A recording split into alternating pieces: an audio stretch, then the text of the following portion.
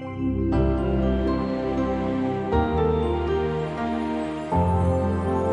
right, everyone, get ready, because today we are going deep into a book, Exceptional or Nothing. By Paul Robinson. By Paul Robinson, that's right, about self-control and grit. Yeah. That's it, and really how to unlock your potential. You know what really struck me about his approach is it's not just some vague self-help. Right. It's like he really gets down to the nitty-gritty of how to actually cultivate these qualities in ourselves. Yeah, it's like he gives you a blueprint for building your mental gym. Yes. You know, complete with your own workout plan. And I love how he starts out the book talking about how we're just bombarded with distractions. Yeah. Constantly in this VUCA world. The VUCA world. Okay, I like that. Volatile, uncertain, complex, ambiguous. It's true. It does feel like we're all running a marathon where the finish line keeps changing. Yes. You know, and new obstacles keep popping up. Exactly. And he argues that in this kind of environment, self-control and grit are absolutely essential. Okay, so let's break it down. Yeah. Self-control, that's about managing our impulses, staying disciplined even when we're tempted. And then grit, the relentless determination to pursue our goals even when things get really, really tough. It's like this dynamic duo working in tandem. You know, Yes. You got self-control, like the steering wheel keeping you on track, and grit, like the engine powering you forward I like that analogy. when the terrain gets rough. It's like you're driving this off-road vehicle. You need that steady hand on the wheel to stay on course. Yes. And the powerful engine to overcome those obstacles. And what's really interesting is that he points out that they don't always go hand in hand. Really? You could have someone who's incredibly organized and disciplined, but they lack that clear vision or passion. Oh, so it's like they've got a fantastic car. Yeah. All ready to go. Yeah. But they're just idling in the driveway because they don't know where to drive. Exactly. And then you have the opposite scenario. Yeah. Someone who's so passionate about a goal, but they struggle with the distractions. Oh, that's me. And the consistency. Yeah, I get so excited about new projects. Yeah. And then I struggle to stay focused when the initial enthusiasm wears off. It's like you have that powerful engine, but the steering wheel keeps jerking you off, of course. Exactly. And he uses Tiger Woods as a great example, you know? Right. Famous for his grit and determination on the golf course. But we also saw, you know, how the lack of self-control in other areas of his life really impacted him. It's like a top-performing athlete who lacks that discipline to train consistently, you know, or to make healthy choices off the field. That lack of balance can really hold them back. And Robinson breaks it down even further, explaining how self-control is especially important during the good times. Okay. When we're experiencing success and we might be tempted to ease up. Right, like you've climbed to the top of the mountain, you're enjoying the view. Yes. But you got to remember, there's still other peaks to conquer. You can't just sit there forever. Self-control helps you stay grounded, maintain that discipline. So self-control is that voice that whispers, hey, you accomplished something great. Let's keep moving forward. Don't get too comfortable. Exactly. Okay. And then on the flip side, grit is our companion during those tough times. Right. When we're facing setbacks, rejections, or failures. You know, it's like having that trusty compass and a sturdy pair of hiking boots. Yes. When you're navigating those treacherous paths. He highlights some amazing examples like the Navy SEALs and their grueling Hell Week Oh my gosh. with extreme physical and mental challenges on very little sleep. And then Dr. Angela Duckworth's research at West Point, Okay. she found that grit was the most significant predictor of success among the cadets. Well, really, more than intelligence? More than intelligence, more than physical abilities. Wow. And she went even deeper than just passion and perseverance. Okay. She identified 4 additional attributes of grit. Okay. I want to unpack those. Yep. Because I think there's more to grit than just toughing it out. Absolutely. So first, you've got courage. Okay. That willingness to step outside our comfort zones, face our fears, embrace the unknown. It's like taking that first leap of faith, even when you're not sure what's on the other side. Then you've got perseverance. Okay. That tenacity to stick with something even when it gets really difficult. Right. And this is different from stubbornness. Right. It's not about blindly charging ahead. Yeah. It's about staying committed to your goals. Yes. While being flexible enough to adjust your approach as needed. And that's where adaptability comes, in that ability to adjust our sails when the wind changes. Okay. To modify our strategies without losing sight of that ultimate destination. So it's like being a skilled sailor who can navigate those rough seas, you know? 'Cause Exactly. adjusting their course to reach their destination, even when it gets stormy. And then finally, resilience. Yeah. That ability to bounce back from setbacks. Right. Learn from our mistakes and emerge from those challenges even stronger. It's like a bendy straw that can be twisted and contorted, Yes. but always springs back to its original shape. I like that. So we've got these 4 pillars of grit, courage, perseverance, adaptability, and resilience. It's not just about gritting our teeth and powering through. Yeah.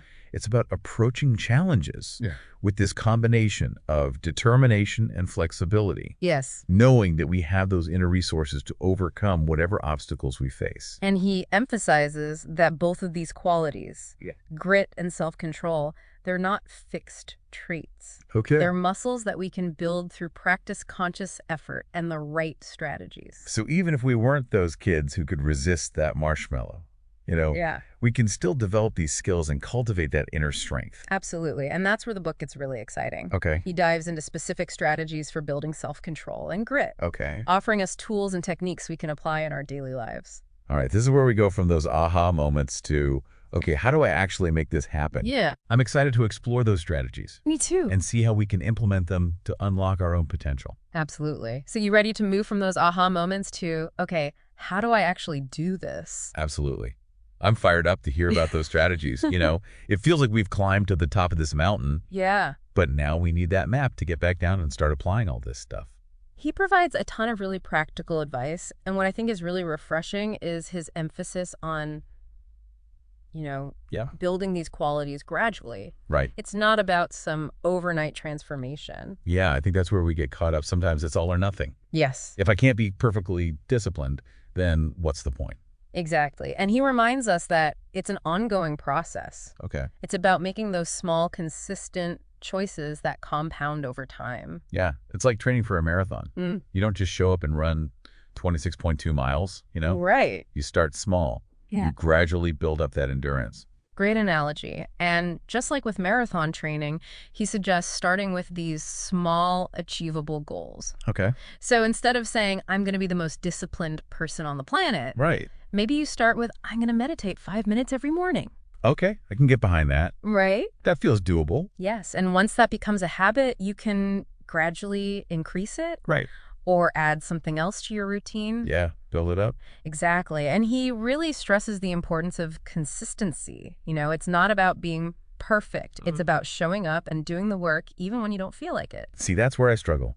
I tend to get excited at the beginning. Yeah. And then my motivation fizzles out. He addresses that. He suggests creating a visual tracker or using a habit tracking app. Oh, okay. It's amazing how something as simple as checking off those boxes can really help you stay on track. Yeah. I can see that being motivating. And it's not just about staying motivated. It helps you identify any patterns or triggers that might be sabotaging your efforts. Like maybe you notice that you tend to slip up on your goals on the weekends or when you're stressed. Yeah. Well, that's a good point. It's like you become this detective of your own habits. You're figuring out what works, what doesn't. Exactly. And once you start to recognize those patterns, he suggests another powerful strategy. Okay. Tapping into your why. The why. Yes. That's so important. It's easy to lose sight of the big picture when you're caught up in the day-to-day grind. It's like that North Star guiding you even when the path gets dark or stormy. Yeah. So how do we tap into that more? He suggests writing it down. Okay. Keeping it somewhere visible, your desk, your bathroom mirror. Oh, I like that. Even as the lock screen on your phone. A constant reminder. Yes. And he also emphasizes managing your environment. Oh. If you're surrounded by temptations, Oh, yeah? it's going to be that much harder to stay disciplined. It's so true. If I have a bag of chips on my desk, it's way harder to resist than if it's tucked away in the pantry. Exactly. It's about setting yourself up for success. Out of sight, out of mind. Exactly. And this applies to more than just food. Yeah. It's about being mindful of all those things that compete for our attention. Okay. Maybe it's turning off those social media notifications while you're working or creating a dedicated space where you can focus. Like a sanctuary for your mind, a place to do deep work without all the pings and notifications. And he also talks about building supportive relationships. Okay. Surrounding yourself with people who share your values. Yeah. Encourage your growth and help you stay accountable. This is huge. Yeah.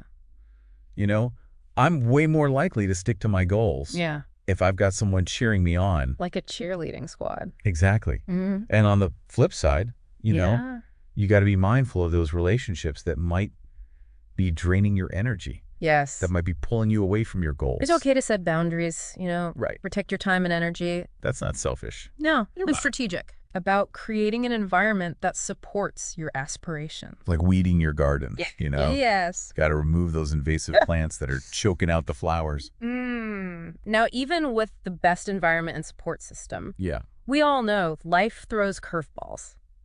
It does. And that's where grit becomes even more essential. Life is full of those unexpected twists and turns. Yeah, and he reminds us that failure is not the opposite of success. It's part of the process. It's an opportunity to learn, adjust, and come back stronger. Fall 7 times, stand up 8. Exactly. And he even suggests reframing failure as feedback. Okay. It's information that helps you refine your approach. So it's like a data point. It's helping us course correct. Yes. And this is where he brings up the importance of self-compassion. Okay.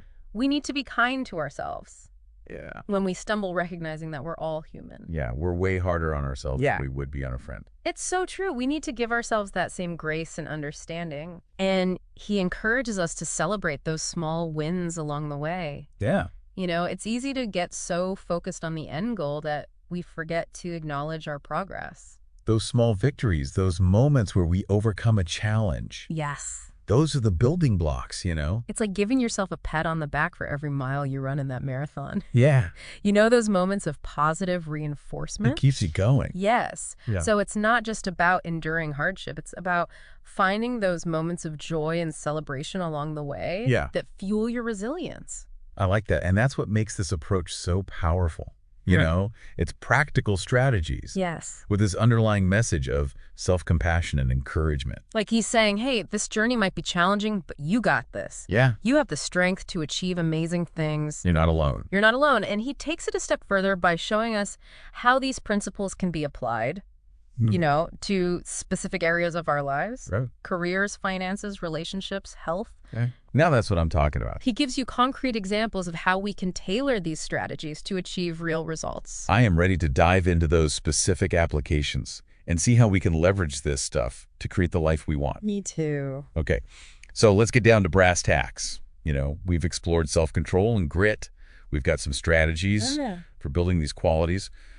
But now let's talk about how all of this translates into real life. Right. It's one thing to understand it in theory, but I'm eager to hear how he suggests we apply this to specific areas. Yeah. Like our careers, our relationships, even our finances. He provides a ton of practical examples, and it's amazing to see how these principles can be tailored, Okay, so let's start with careers. Yeah. We're all trying to navigate this crazy world, Yes. How does he suggest we leverage self-control and grit to excel professionally? Well, he really emphasizes, using self-control to manage distractions. Right. Stay laser focused on those high-impact tasks. It's so easy to get bogged down in all the busy work. Yes, it is. All those emails and social media. It's about being intentional with our time. Yeah. Resisting that urge to multitask. Right. And really giving our full attention to the most crucial tasks. And that's where the self-control comes in. Yes. It's that ability to say no to all those distractions. Yeah. To delay gratification. Yes. To stay committed to those deep work sessions. And then, of course, there's grit, because no career journey is smooth. Oh, yeah, it's bumpy. We're going to encounter setbacks, rejections, projects that don't go as planned. It's like climbing a mountain. You're going to encounter some rough terrain. Exactly. And that's where grit kicks in. Yeah. It's that resilience to pick yourself back up after a fall, learn from it, and keep pushing. I think about all the times I've given up on a project. Yeah. Because it felt too challenging. Maybe a little grit would have made a difference. He reminds us that the most successful people are often the ones who failed the most. Right. They just learned how to fail forward, using those experiences as stepping stones. I like that that's encouraging. Yeah. Okay, so we've talked about careers. Let's move on to another area. Okay. Where self-control is arguably the most crucial skill, finances. Yes, he dedicates a whole section to this. Okay. And he's very straightforward. He says self-control is absolutely essential for managing money. Makes sense. Whether it's resisting those impulse purchases, sticking to a budget saving for long-term goal, boils down to that ability to delay gratification. It's like that classic marshmallow test. But the marshmallow is that fancy gadget you don't really need. Exactly. Or that expensive vacation. Yeah. And grit comes into play when we make those inevitable financial mistakes. Well, yeah, we all make them.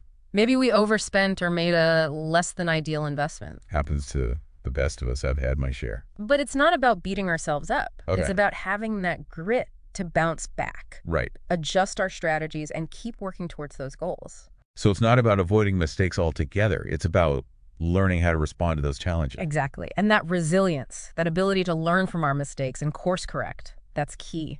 So it's not just about being good with numbers. No. It's about having the mental toughness to weather those financial storms. Okay, let's shift gears and talk about relationships. Okay. Those can be the most rewarding and also the most challenging. They can. And he argues that, self-control and grit are just as crucial in our personal lives. Okay, that makes sense. As they are in our professional endeavors. Yeah. He talks about how self-control helps us manage our emotions, communicate effectively, set healthy boundaries. It's like choosing kindness and understanding even when we're feeling stressed. Exactly. It's about taking that pause before reacting, being mindful of our words and actions. Right. And grit comes into play when those inevitable relationship challenges arise. Right. There's always going to be bumps in the road. Disagreements, conflicts, disappointments. It's about having the resilience to work through those tough times, to communicate openly, honestly. So it's not about avoiding conflict altogether. Right. It's about learning how to navigate it constructively. Exactly. It's about remembering that strong relationships require effort, commitment, a willingness to persevere. It's like tending a garden.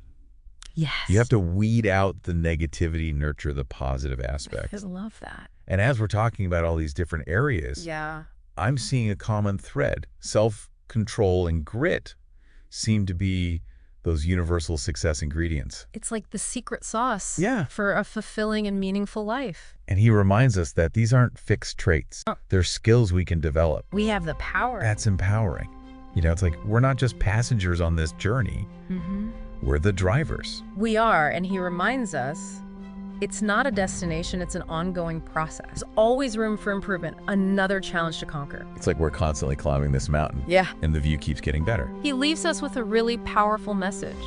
We all have the potential for greatness within us. This has been such an inspiring deep dive. It has. I feel like I have a whole new toolkit for approaching these challenges. Yeah. So to our listeners, what small step can you take today to cultivate these qualities and create the life you've always dreamed of? That's a question worth pondering until next time.